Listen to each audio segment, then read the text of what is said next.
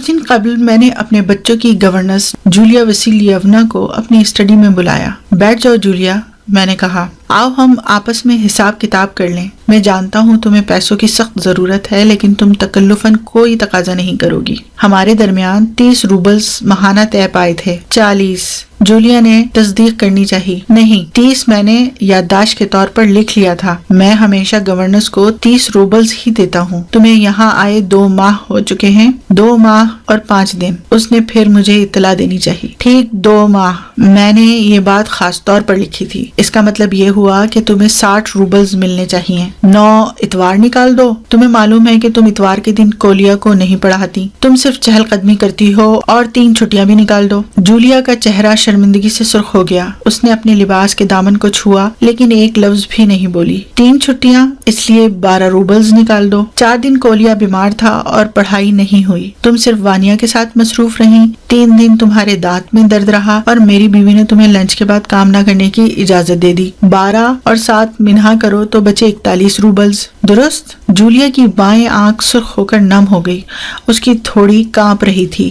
وہ مضطرب ہو کر کھانسی اور ناک صاف کی، لیکن ایک لفظ نہ بولی۔ نئے سال کی تقریبات کے دوران تم نے ایک تشتری اور پیالی توڑ دی۔ 2 روبلز ان کے نکال دو۔ اگرچہ پیالی کی قیمت زیادہ بنتی ہے کیونکہ وہ موروثی تھی، خیر جانے دو۔ میں نے کب نقصان برداشت نہیں کیا۔ تمہاری غفلت کی وجہ سے کولیا درخت پر چڑھا اور اپنی جیکٹ پھاڑ لی۔ 10 روبلز اس کے نکال دو۔ اور پھر تمہاری لاپرواہی کی وجہ سے نوکرانی نے وانیا کے جوتے چرا لیے۔ تمہیں ہر چیز پر نظر رکھنی چاہیے تھی۔ اس کا مطلب یہ ہوا کہ 5 روبلز مزید کم ہو گئے۔ 10 جنوری کو میں نے تمہیں 10 روبلز دیے۔ آپ نے نہیں دیے، جولیا بے چارگی سے بولی۔ لیکن میرے پاس لکھا ہوا ہے۔ چلیں ٹھیک ہے، 27 روبلز 40 روبل سے نکال دو، باقی بچے 14۔ اس کی دونوں آنکھیں آنسوؤں سے بھر گئیں۔ چھوٹی سی خوبصورت ناک پر پسینہ نمودار ہوا۔ بیچاری لڑکی، صرف ایک دفعہ مجھے کچھ رقم دی گئی تھی، اس نے کانپتی آواز میں کہا، اور وہ بھی آپ کی بیوی نے دی، 3 روبلز، بس اس سے زیادہ کبھی نہیں دیا۔ واقعی؟ یہ تو میں نے لکھا ہی نہیں۔ 14 میں سے 3 روبلز منا کرو، باقی بچے 11۔ یہ رہے 11 روبلز۔ میں نے اسے 11 روبلز پکڑائے۔ اس نے وہ پیسے لے کر کانپتے ہاتھوں سے جیب میں ڈال لیے۔ شکریہ،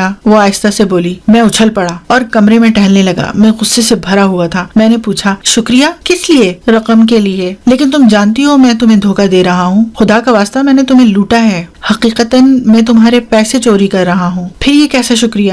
دوسری جگہوں پر جب میں نے کام کیا انہوں نے مجھے کبھی کچھ نہیں دیا۔ انہوں نے تمہیں کچھ نہیں دیا؟ کوئی تعجب نہیں ہوتا اس بات پر مجھے۔ میں نے تم سے مذاق کیا، ایک تلخ سبق سکھانے کے لیے۔ میں تمہیں پورے 80 روبلز دے رہا ہوں۔ یہ رہے اس لفافے کے اندر پہلے سے موجود ہیں۔ کیا کوئی اتنا کمزور اور بزدل بھی ہو سکتا ہے؟ تم احتجاج کیوں نہیں کرتی؟ چپ کیوں رہتی ہو؟ کیا اس دنیا میں کوئی ایسا بھی ہو سکتا ہے جو اپنا دفاع نہ کر سکے؟ اتنا بدھو؟ وہ بیچارگی سے مسکرائی اور میں نے اس کے چہرے کے تاثرات پڑھے۔ یہ ممکن ہے۔ میں نے اس سے اس تلخ مذاق کے لیے معافی مانگی، اسے 80 روبلز دے کر ششدر کر دیا۔ اس نے بہت بار عاجزانہ شکریہ دہرایا اور باہر نکل گئی۔ میں نے اسے جاتے ہوئے دیکھا اور سوچا، اس دنیا میں کمزور کو دبانا کتنا آسان ہے۔